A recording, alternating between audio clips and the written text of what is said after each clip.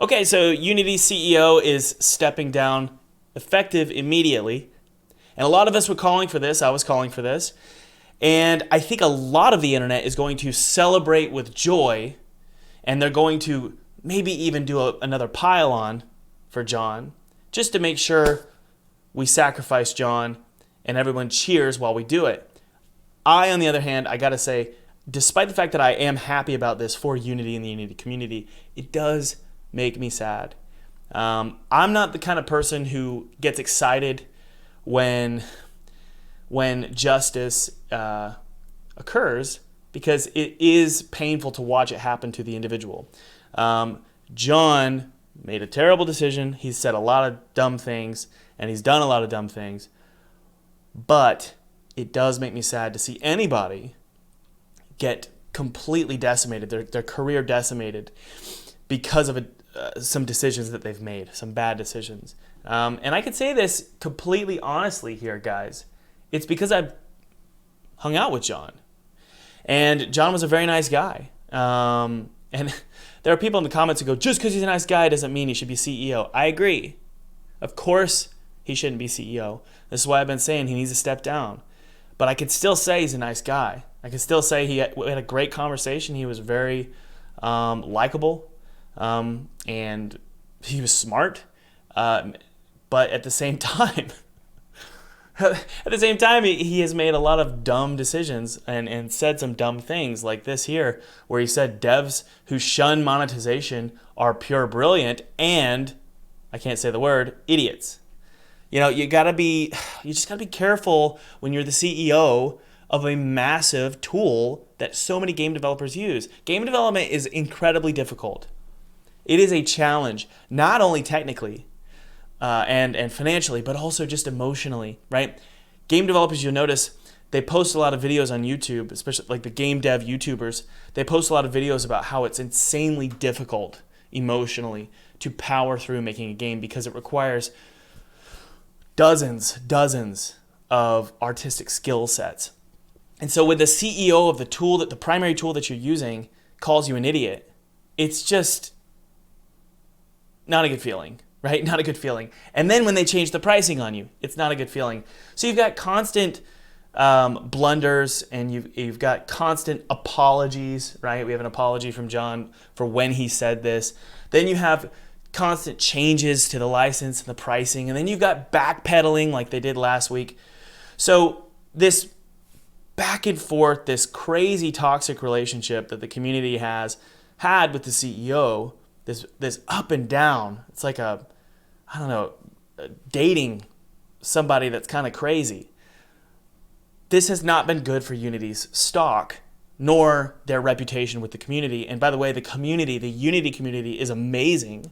This is one of the reasons why I'm going to continue to use Unity, because the community has incredible resources, and they have a great just Google reputation. You can just Google anything with Unity and get an answer.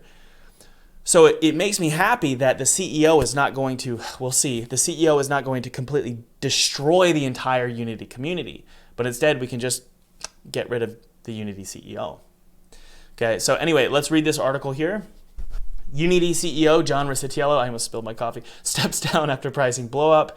We're not going to read this whole thing. We're just going to say, look, effective immediately, John stepped down as Unity president and CEO. Now, the company has appointed James Whitehurst as interim chief executive officer.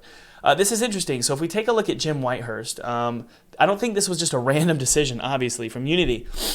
Unity has placed James as the interim CEO. Is it a PR move? Maybe, because we could see he was the chief executive officer at Red Hat, right? And also Delta Airlines. That's not great. But Red Hat, if we take a look at Red Hat is open source, right? Red Hat is an open source company that focuses on open source software. This could be a PR move, and the reason why is because Unity is not open source, whereas its main competitor, which it seems like his main competitor would have been Unreal, but it's seeming to be Godot. So Godot and Blender both being open source. Unity has a fight to wage with these two softwares. and they're probably bleeding customers and potential customers to these open source softwares. So it could just be a PR move. It could also be a move where they need this CEO to come in and give Unity an open source image, if that's even possible. So I don't know exactly their motivation for hiring James Whitehurst, but who knows how long he'll be CEO, but he is just the interim CEO.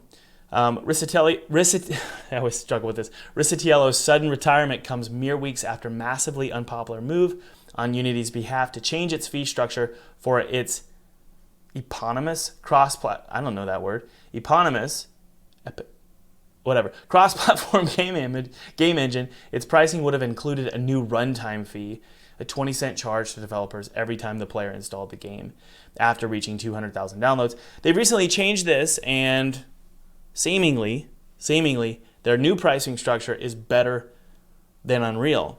2.5% over $1 million in gross revenue. And I say seemingly because we don't know how long they're going to keep this new pricing structure. Now, I will say this. I have both my fingers crossed, and I am hopeful that Unity's new pricing structure will stick. And the reason why we were talking about the Unity community earlier. The Unity community, I have never seen a community turn against its own product so quickly than when we saw 2 weeks ago. And this is a good thing because they're loyal to the product only until they're being abused. The moment that they feel abused, they're going to turn against their own product. I think that's a great thing. Okay, what this means is that Unity is beholden to you guys. And I think a lot of times software companies, especially when they're publicly traded, when they're trying to make money and they're trying to, as you can see here, recover their stock, right? It's just been sort of flatlined. It dropped significantly, but it's been flatlined since May of 2022, just stuck at this $41. When they're trying to make money, I think a lot of times a software company, they'll test and see what they can get away with. And I don't think Unity's the only one who's done this, right? I think Adobe's done this. Software companies will try and test the water and see if they can get away with stuff. They now know they can't get away with that. They just can't get away with runtime fees, runtime installation fees. I just don't think they're going to be able to get away with it. So I guess I'm just saying I'm hopeful that because of the reaction that we all had against this Unity pricing structure, and also because of the fact that they have a new CEO, and hopefully they're gonna hire a great CEO, a long-term CEO, because again, James is just an interim CEO. If they do that, if they hire a great CEO that we can trust, and the leadership, they learn their lesson. Hopefully we'll maintain the Unity community we've grown to love with leadership that respects that community. Okay, so that's really all I have to say, guys. I'm hopeful. Gonna keep using Unity for my projects just because I've invested a lot of time and a lot of money in learning the software and creating games from that software. But at the end of the day, guys, just remember that just because whether you're using Unreal or Unity or Godot, it's more than just making a game. It's also building an audience. So I encourage all of you to continue to build an audience around your games so that no matter what software you're using, you can always sell your games and be profitable.